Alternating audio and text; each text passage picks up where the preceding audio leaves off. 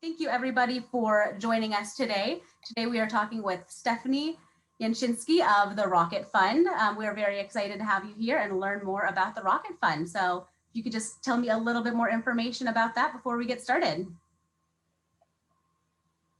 Do you want to get started now or more information about what? Sorry. Just a little bit of background on yourself.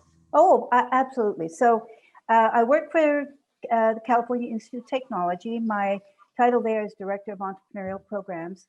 And I've been involved in, as I started life as a scientist, but then moved on to what I've been involved in for most of my professional life, which is moving innovations out of academia or more recently out of the garage and into the real world, if you like. That's the transition crossover that I'd love to help facilitate.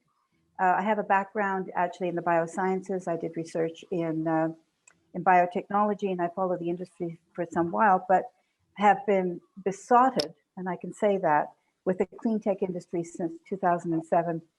And my mission in life is to help young companies have an impact. So that's it in a nutshell. Well, perfect. Well, we're very excited to have you today and learn more about the Rocket Fund and what you guys are doing. And I should add, I suppose, that I've worked with certainly well over 1,000 entrepreneurs. So I feel I understand the challenges from the ground level up fairly well by now. Perfect. Well, everybody, if you have any questions during the presentation, please put them in the chat or the Q&A feature, and we'll definitely get to them as soon as we are done with a little bit more information. Okay, ready to roll? We are ready.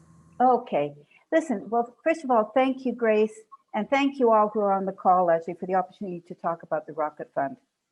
You know, today I'm going to spend a little bit more time than usual explaining how the Rocket Fund works and what we look for. I find that that actually can answer a lot of questions even before we get into the Q&A. And I want to reiterate that I'm always available, not just after this call, but for the whole application period that this year is going to end on March the 1st to answer any of your questions. Next slide, yeah. So this is our mission. Next slide. No, go back.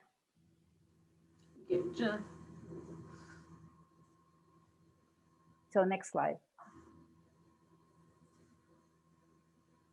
It's skipping ahead, I think. There's a second slide.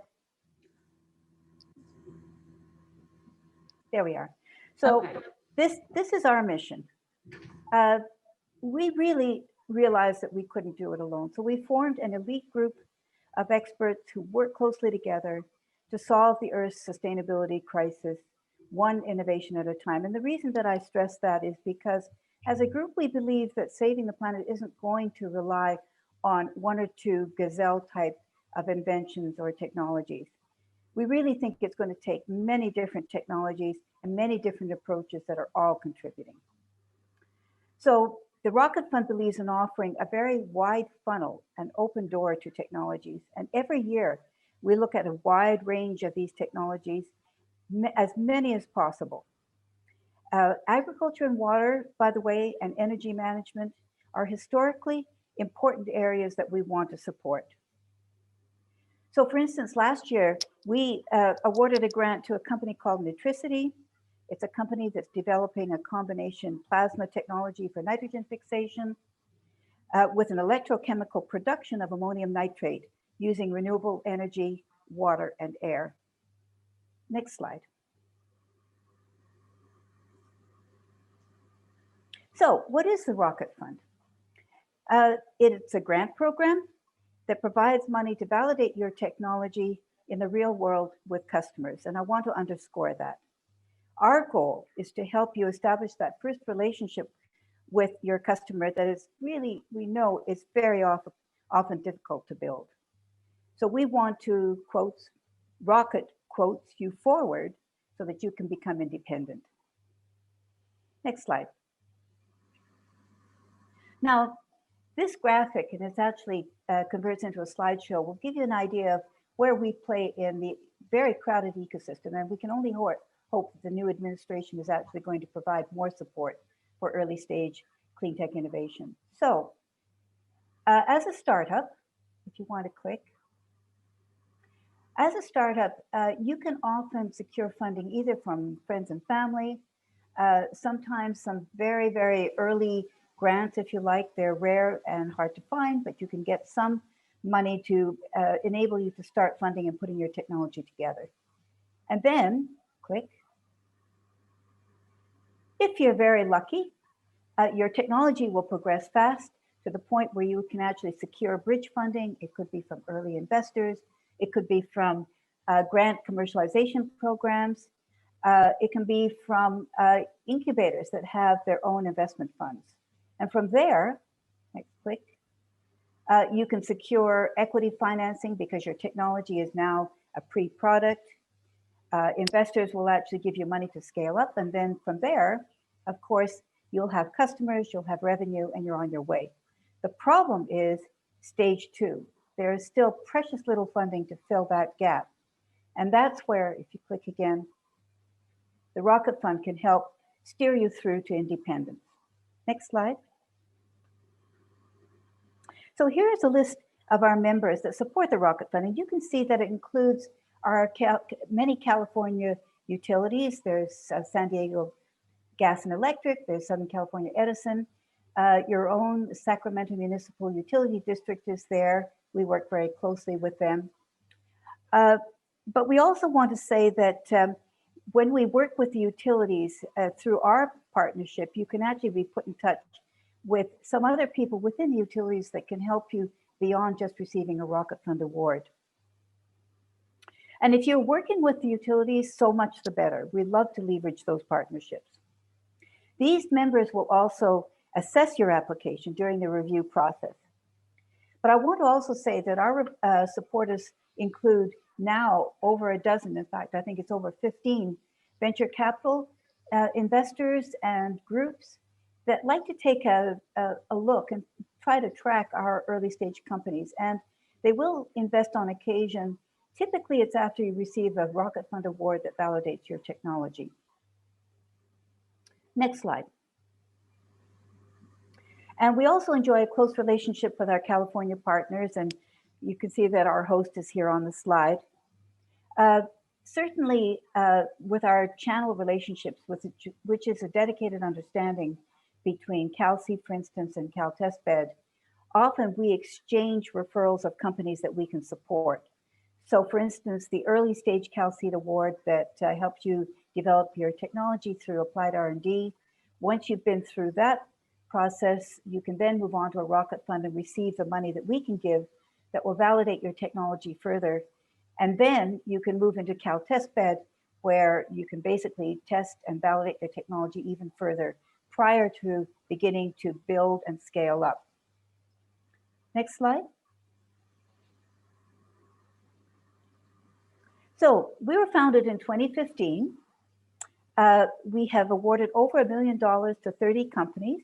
And I'd like to say that 29 of them are still in business, which is some kind of record, I think, because they're very early stage. We do have a focus on California, but we also accept applications from outside the state as long as they intend to establish a presence in California.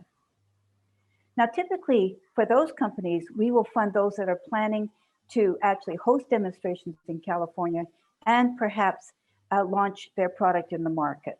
But we also partner with any of the Rocket Fund companies who come to us who are looking to tap into the state grants. It could be the EPIC grants that are bridge grants or the RANT grants or awards. And those companies that want to establish partnerships with our utilities. And in fact, we facilitate those relationships, whether it's applying for a grant through the Electric Power Research Institute, for instance, or fostering a closer connection with the other utility programs that are on offer. Next slide.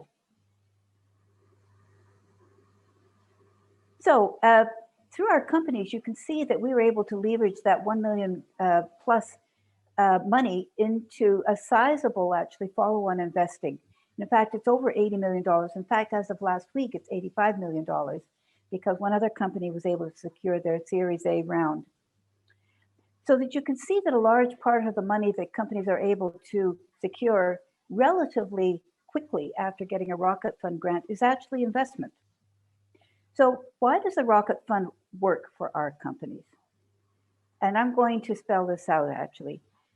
Smart money at the right time de-risks your technology and provides the real world data that makes you more attractive to investors and potential partners. Quite frankly, that's it in a nutshell. Next slide. So these are just some of the companies that have received Rocket Fund awards and then went on to receive multiple rounds of investment. And two of them actually, Lideratech and PowerFlex, have already been acquired. Next slide. By the way, you can check out those companies on our website. So these are the successes that the Rocket Fund program enjoyed in 2020. And I want to point out that a lot of the deals that these companies were able to secure in 2020 had actually been started, of course, before COVID hit. But it's nice to see that clean tech is still moving forward.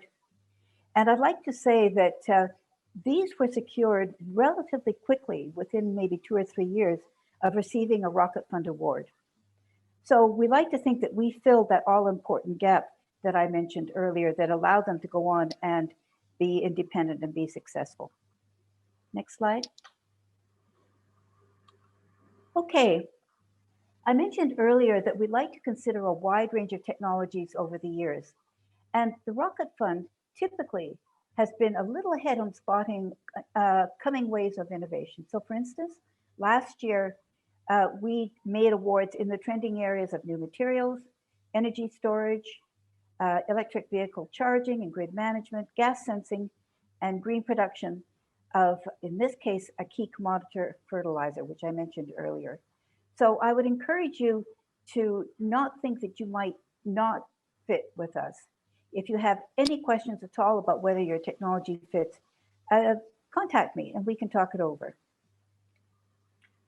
Next slide. So let's get down to it.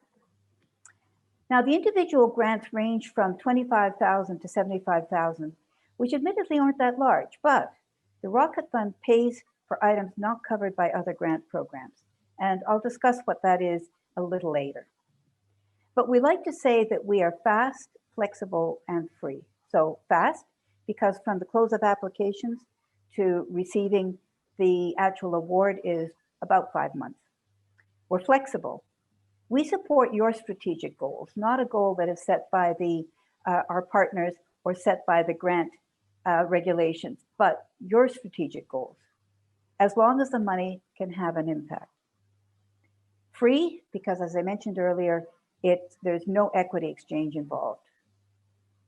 I mentioned that a key advantage is that we partner closely with our utility experts who really do understand what works, what technology works in the marketplace. They're all engineers, by the way, but they've been working with the utility programs for many years. And they can, on occasion, provide funds that may triple or quadruple what we can give out. That's happened at least on a couple of occasions. But we also enjoy channel relationships with the IN2 Wells Fargo program and with technology clusters such as the one that's hosting us today. And they can provide additional funding and connections to resources. So for instance, let's take an example. The IN2 Wells Fargo program offers $150,000 vouchers that cover technical expertise and access to facilities at the National Renewable Energy Laboratory, which is one of the foremost DOE labs in the country. But more recently, actually, the IN2 program formed a partnership with the renowned Danforth Plant Science Center. And you probably are very familiar with them. They research the fundamentals of plant science with the eye to developing new applications, and not just in crops, by the way, but also in fibers and biofuels. Now, IN2 puts out a call for each year to its channel partnerships for referrals. Now, the program isn't open to public application, but we can refer our Rocket Fund companies to the program. And I have to point out that you don't have to be a Rocket Fund winner, but you do have to have entered the Rocket Fund program and progressed through the application process. Now we are launching a new program called TED, Technology Early Development Program, with the Electric Power Research Institute that will put Rocket Fund companies in close touch with the program managers at Southern California Edison. And we hope, in fact, that this pilot program will be rolled out to other utilities as well. The goal of the program is to start discussions about potential partnering opportunities. And I have to say that water management in all its facets is a major focus of our EPRI partners. Next slide. I'll spend a few minutes discussing technology and the status of development that we look for, as the Rocket Fund is really founded on supporting strong technology. So we did borrow from the Department of Energy terminology for defining these technology readiness levels. And as you know, TRLs really describe the stages of technology development. So you can see that TRL1 is basic research. It progresses through to TRL4, which still is technology that is maturing at a lab scale or a garage scale stage. So that is basically technology proving. Now from TRL5 to 7, you will be designing and beginning to demonstrate, or at least plan to demonstrate, commercial prototypes in the real world setting. And as I pointed out earlier, that is where the Rocket Fund really begins to play a role. I have to say that if you've reached TRL 8, where you're in fact in early commercial deployment of a product, you're a little too late for the Rocket Fund. We feel that you're already on your way and you don't need our help.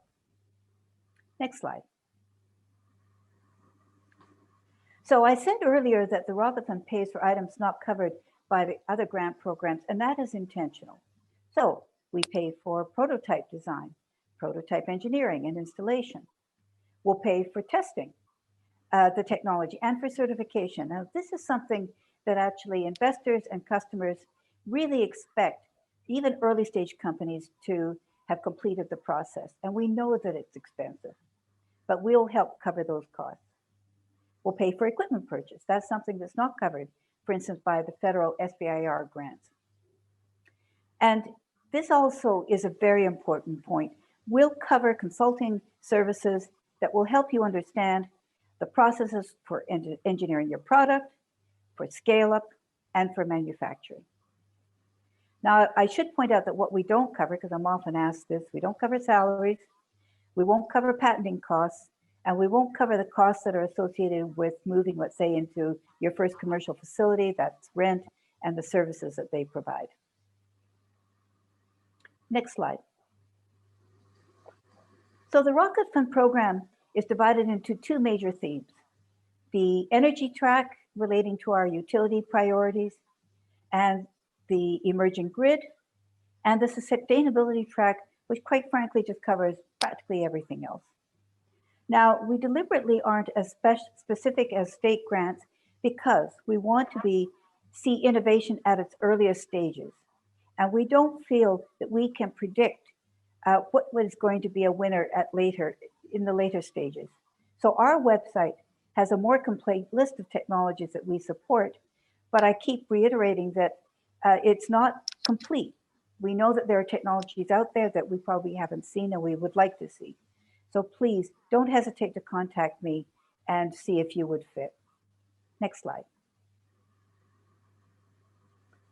This slide gives you the highlights of our process. It's a 4-stage process that starts with the applications closing on March the 1st. There's a screening process after that that kicks in. And what we look for there is really just technology fit, whether the scope is right, and also readiness for receiving a Rocket Fund award. So out of that initial screening process, I would say that fully at least 75 or maybe 80% of the companies go through to the semifinal stage, to the second stage. Then I would say that I want to point out that the semifinal stage is more intensive. It's going to involve you completing a due diligence report, and there will be a semifinal review on April the 26th. And then those that make it through will participate in the finals on June 7th and 8th. And that is where you will do a one-on-one presentation. This year it will definitely be virtual, of course, to the review panel. We do have a reporting process where you prepare a one-page, what we call quad report, where we track your milestones against what we decided you were going to do. And I do have to point out that with the bigger grants, we sometimes break that into 2 tranches that'll also be set against milestones. But we do try to keep the reporting as streamlined as possible. Now, I want to point out something else, and that is please think about your scaling your project that you are going to apply for funding so that it can be completed within 9 to 12 months after receiving the award. At that point, you should be ready to start your customer demonstration. Now, we do know that things happen. You may not be able to begin the project right away. Delays happen, of course, especially with COVID. And we can take that into account, and we can hold your award for an agreed period of time that we would negotiate once you're given the award. By the way, for those on the call who have applied before, there's no restriction on how many times you apply for Rocket Fund Award. The only thing we will look for, I will tell you, is that you have made some progress between the last time you applied and this time that you're applying. Next slide. So stage 1, application. I mentioned that there's a screening process that goes along with that. We will look for third-party validation. This takes the form of your own data, of course, published papers, perhaps patents that you've applied for, customer endorsements. That's important, and perhaps lab test results. Your competitive value proposition. We do expect you to know your competition and to be bold in saying how your product is going to be different and it's going to carve out its own niche in the marketplace. Now, market size, I'm often asked if we expect to see billion-dollar sized markets as your estimate, but we definitely want to see a plan that projects an addressable market that will support a healthy and growing business. But quite frankly, billion-dollar markets for early companies are really typically unrealistic. So what we do look for instead is a clear idea of what we call the serviceable obtainable market, or SOM, or what we refer to as the beachhead market for short. And that you know who your early adopters are going to be. Our Rocket Fund is there specifically to support you reaching that beachhead market. That means that the TAM that you then project and the SAM will be numbers that are really more realistic and therefore more achievable.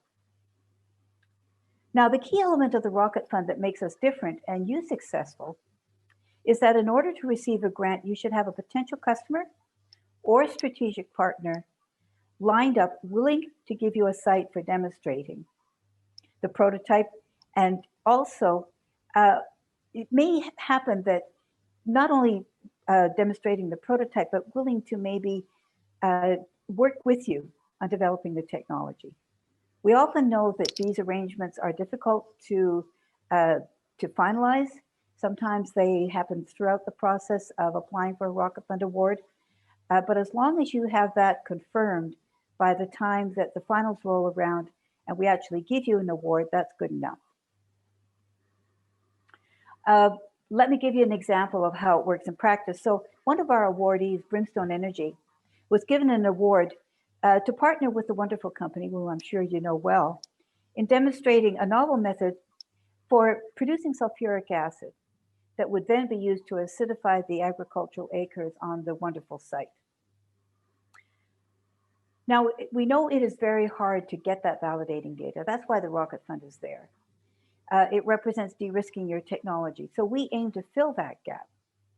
And as I mentioned earlier, we do fund lab testing as long as the results are recognized as the gold standard by your customers and by the industry at large. So in your application, we do ask that you stage the ask. You know, we can't fund fully every application that comes to us, but often our money can be catalytic, so that you might be able to receive serious attention from other funding sources once you get a Rocket Fund Award, no matter how big it is. So it is important rather that you get something rather than nothing. Next slide. So in stage 2, you will fill out a due diligence form, I mentioned that earlier, which expands on each of the questions asked during your application. So this will be reviewed by a technology advisory committee, and our TAC consists of between 20 and 30 experts from the utilities, from government agencies, and this year we're fortunate to have a judge from ARPA-E, from industry, and from our investor group. Most of these items are fairly self-explanatory, but I want to point out that in manufacturing, we really don't expect you at this stage to have detailed plans with unit pricing and your partners necessarily spelled out. But we do want to see that you have already been seriously considering how you will make your product and make it at a price that will generate revenue. Competitive assessment. I have to say, and this happens often, it isn't helpful to omit talking about your competition. Our TAC, as I've already mentioned, consists of experts who really know the space. They know the industry, and there is bound to be at least one person on that TAC committee who is familiar with what is already out there. Impact. Now, we do look for such things as energy savings, improved water use, or greenhouse gas mitigation, but we know that this is often hard to measure, and we know that the impact may be very difficult to quantify for many years. But we do ask that you have factored an assessment of such impact into your business model. Now, if you need some more information about these metrics, how to evaluate it, and what we look for, contact me. I can provide some more information about this. Now, the last item on the document is the ask. What do you want the Rocket Fund to pay for? I mentioned already that it should be staged in $25,000, $50,000, and $75,000 tranches. I do ask that you pay close attention to what we cover. And by the way, if you have any questions about how to make an ask, again, don't hesitate to contact me. This is, again, where we're different from other grant programs. We're very open up to the moment you have to submit the application. We want you to put your best foot forward. We know that you'll be seen by some influential people who can help you, irrespective of what happens with the Rocket Fund program. By the way, if you have other sources of funding that you can bring to the project, so much the better. We've accepted candidates, for instance, that have had many millions of dollars of research funding prior to them applying for a Rocket Fund award. If you have raised investment funds, that is fine. But I do point out that we do have a cap of $3 million on private equity. And I want to also say that the Rocket Fund cannot be used for matching funds for larger grants or for investment funds. You certainly can have received the money, but you have to prove that the Rocket Fund is going to fund a project that is where we can be catalytic, that is specific to the Rocket Fund itself. We have found, as I mentioned earlier, that over the years, the validation that the Rocket Fund grant brings has allowed our companies to attract other sources of investment. And we saw that on an earlier slide, that investors and grant applications tend to flow after getting validation from a Rocket Fund award. I'm often asked about NDAs, we just don't give them. However, we treat all of your documents as confidential, and they will only be seen by the management of the Rocket Fund and the Technology Advisory Committee as they assess your application. You can add additional documents, by the way. Customer endorsements are particularly welcome, but I would suggest that you include them as links, maybe a video of your technology, as links in the due diligence form, because our judges turn out to be very busy people. They often don't click on the attachments. This way you can be sure that they'll see them. Now, we don't post official criteria, and that's for a reason. We are grounded in innovative technology, and we're independent in that sense, not like other grant programs that do have other regulations that they have to follow. We look for a solid business plan and a clearly articulated path to commercialization, and that all-important customer demonstration connection. But this year, I want to say that we're also paying closer attention to diversity. Diversity in company personnel, diversity in leadership, diversity in serving and supporting California's underserved populations. So I have to say that all things being equal, our policy this year will be to factor into how you address diversity, and it will come more into play than it has in the past. Next slide. So we're on to stage 3. By now, we have a stronger picture of your technology and its value proposition. So on the final stage, our review panel is going to be particularly looking for these things: for a cogent business case, a clear idea of the marketplace, and where your technology is going to carve out its particular place, a clear idea about the competition, a demonstration plan clearly articulated, and last but certainly not least, a believable use of our Rocket Fund money. We also want to see the resources that you will provide, and that includes a plan to build up the team if you're still a small two-person company, and any other resources that you will need to bring to be able to carry on what the Rocket Fund Award will start. So for instance, I talked about manufacturing earlier. You may choose to outsource it. We would like to see that included as in your business model that you will present to us. I mentioned earlier that this year the finals will take place over 2 mornings via Microsoft Teams as it happens, and we will make the final decisions at the end of the second day. Now, stage 4 isn't listed here, but what it consists of is a short period of negotiating a performance agreement with those companies that will receive an award. Now, the performance agreement lays out the milestones that you expect to reach within the time frame that is laid out between, as I said earlier, 9 to 12 months, typically after receiving the award. This will be the basis of our agreement with you. It's not legally binding, but it kind of level sets expectations. Next slide. This slide gives you an idea of the flow for the program for this year, deadlines that you have to meet. What I would suggest you do, if you're interested, is open up an account. You can do that easily. It's an online portal. And take a look at what we require. If you have any questions or concerns, contact me. By opening it up early, this gives you an idea to really of what's going to be required and gives you some time to be able to work out maybe the kinks in your application. Next slide. So I would suggest you take a look and join. We welcome all your applications. And then last slide.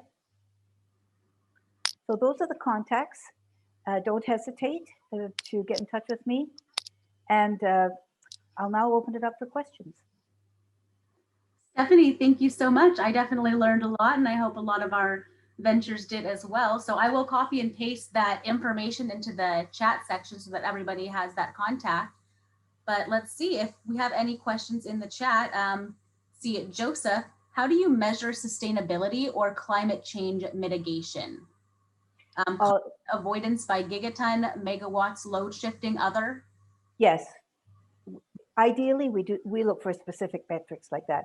And we know that they're estimates because obviously your technology is not a product yet, and it's really that you'll see the impact when it's been a product on the market for some years.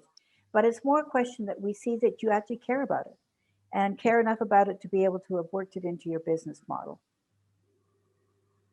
Okay, perfect. And then how far must the prototype development be for your organization to support innovators with funding for their projects? And I think we kind of covered that a little bit. I did, but it's good to reiterate it because we in fact have changed over the years. We didn't used to do this, but we now support even earlier stage technology development than we did before. So we'll support you designing your prototype. We didn't do that before. We do it now. You may come to us and say, hey, you know, we've got validation technology from TRL4. The bench scale looks really promising, but we are only beginning the design phase of the prototype. We can help with that. We can help with iterating the design. Often that takes additional money as well. We can help with installation.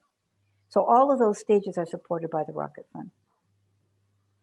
Perfect. And then one other question is, how is the Rocket Fund supported? So how is the Rocket Fund itself funded? Yeah, reason that we're independent is because we're supported by our members. So the members includes Caltech, of course, it includes a private family foundation, our utility partners, and EPRI.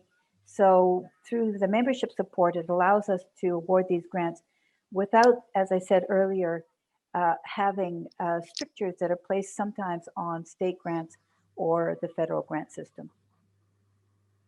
Okay, perfect. How do you manage the conflict of interest when technology innovation is in competition with utility companies? I'll be honest with you that this was something we resolved very early, very early.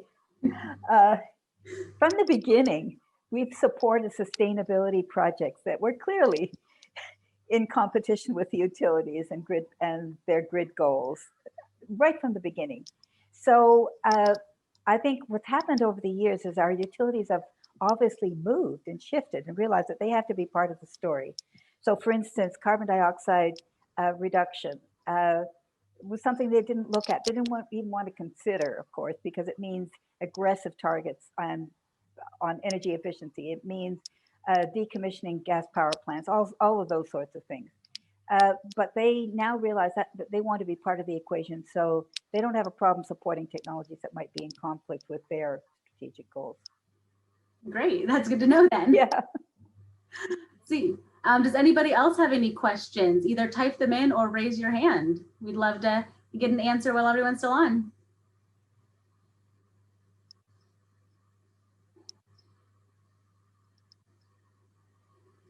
See, so Stephanie, how many applications? Let's see. Oh, we actually have a few people that jumped up with some hands.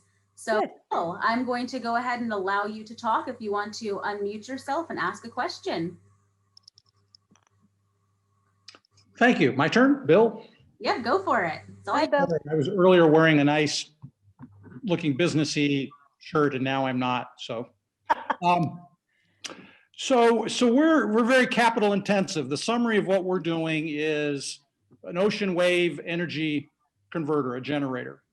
And we have funding from the Department of Energy to test a prototype starting in about 12 months. So we're focused on engineering and design at this point of the prototype. All the sciencey stuff has been done.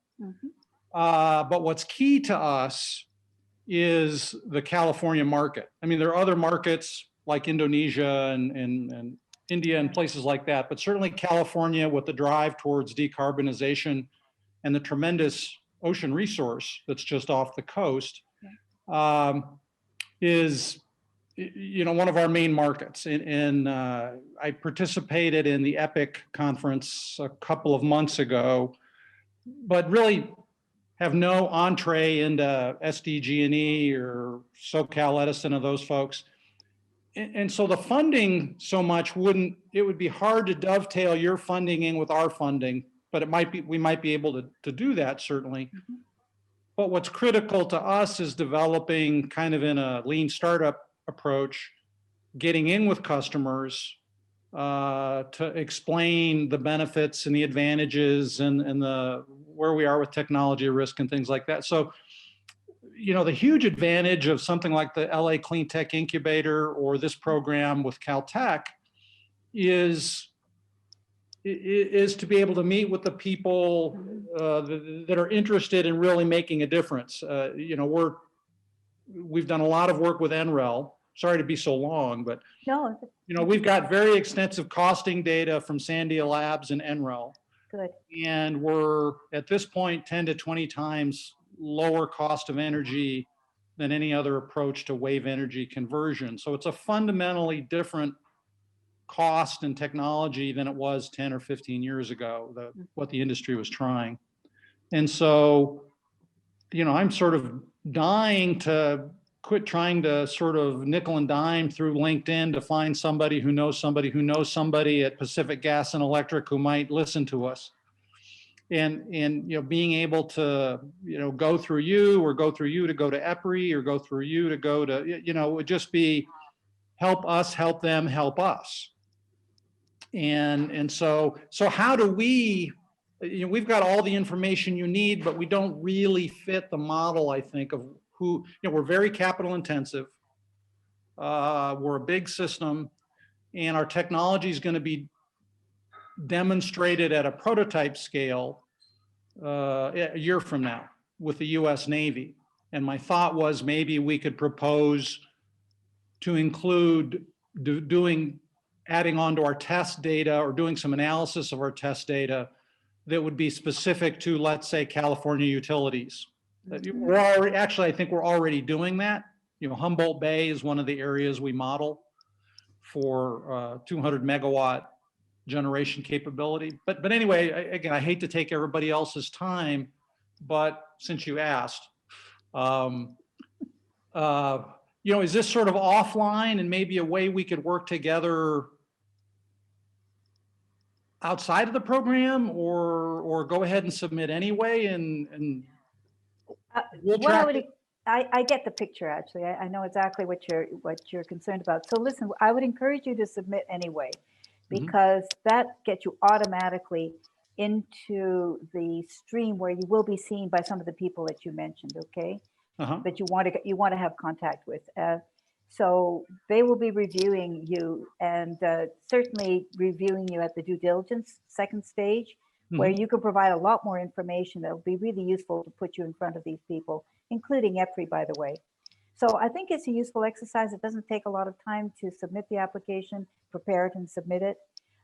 It's almost always that you can find a corner, even if you're a larger scale company looking for larger scale capital, something that the Rocket Fund can actually pay for that nobody else wants to cover. It's really interesting. Oh, no, it's not that we're a big company. It's just that Yeah.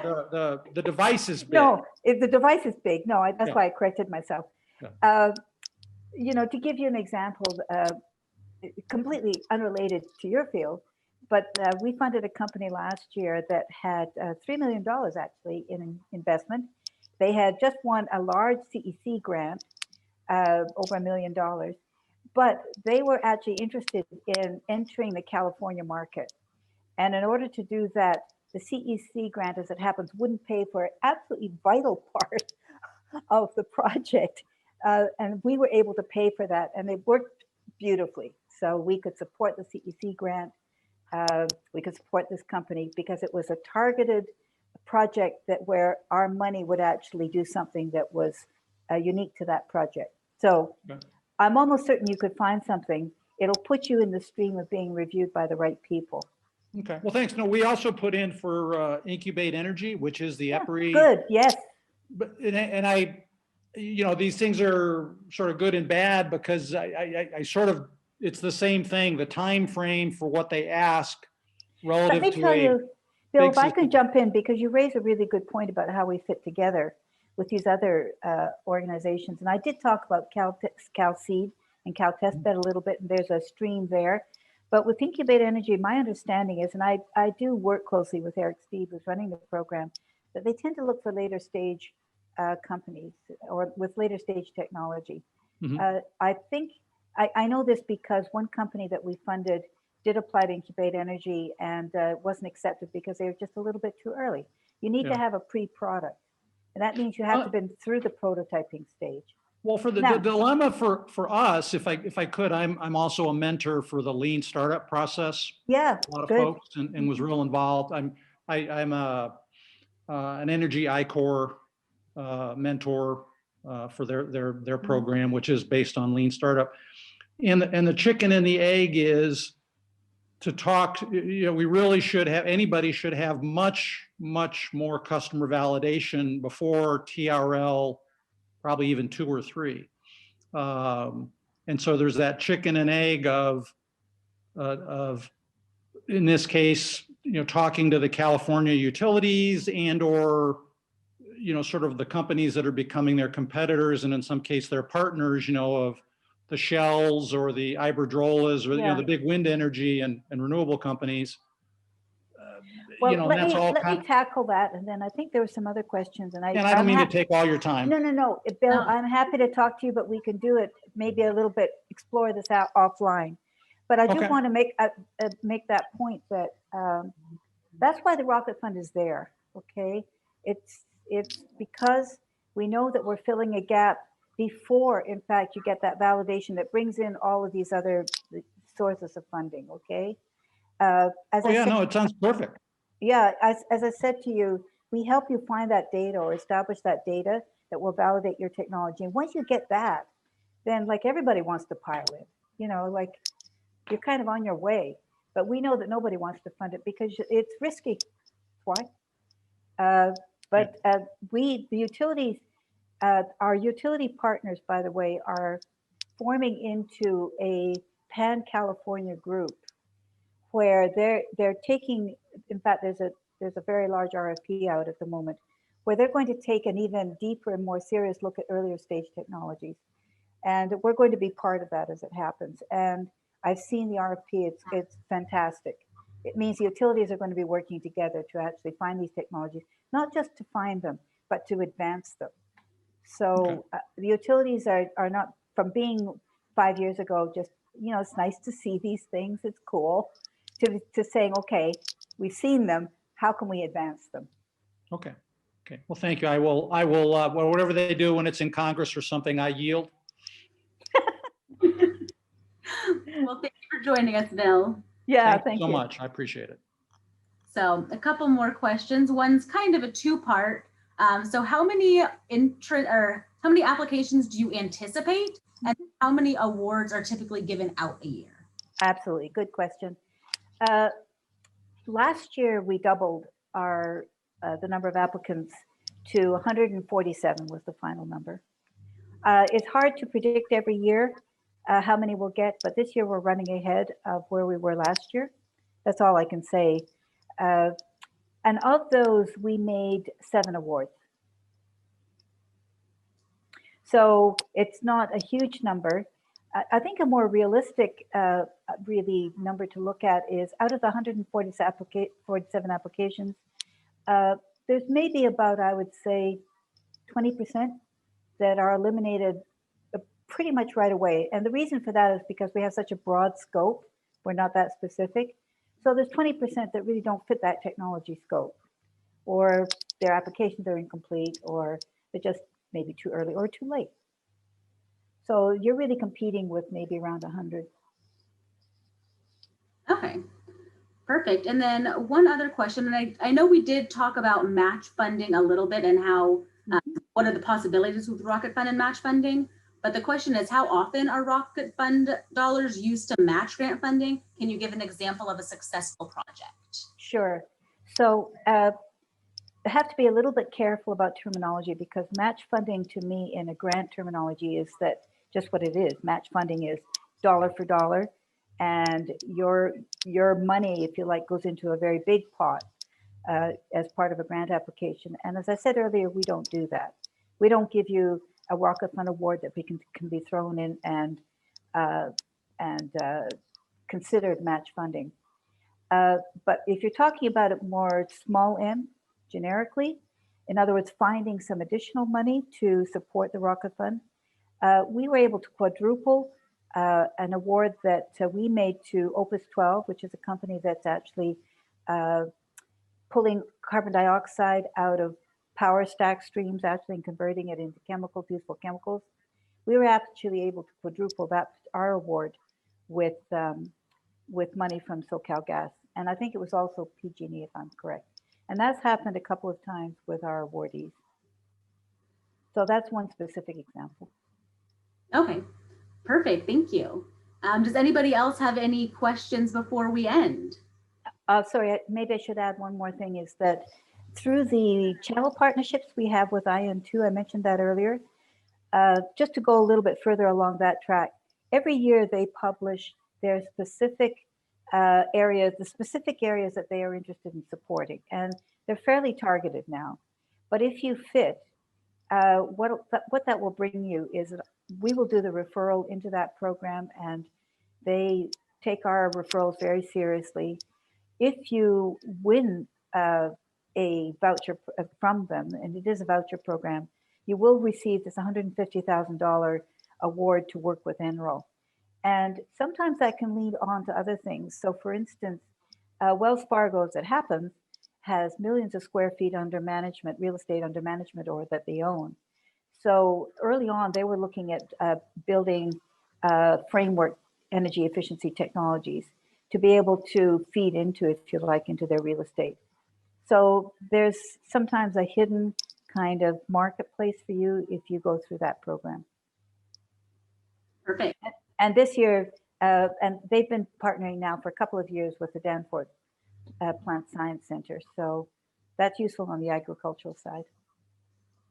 Perfect. So in the chat section, I just put one more time the link to apply, and then also all of your contact information, Stephanie, so that people have that one more time. But if anyone has any questions, please don't hesitate to reach out to either myself or Stephanie, and we're definitely happy to answer any questions. We hope to see some of you guys apply for this. And then Stephanie, thank you so much for taking the time today and talking with all of us about Rocket Fund.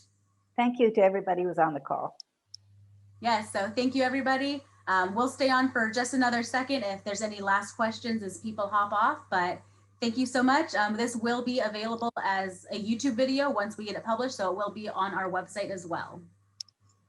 So thank you, everybody, and have a great weekend. Stay dry and warm. Yeah.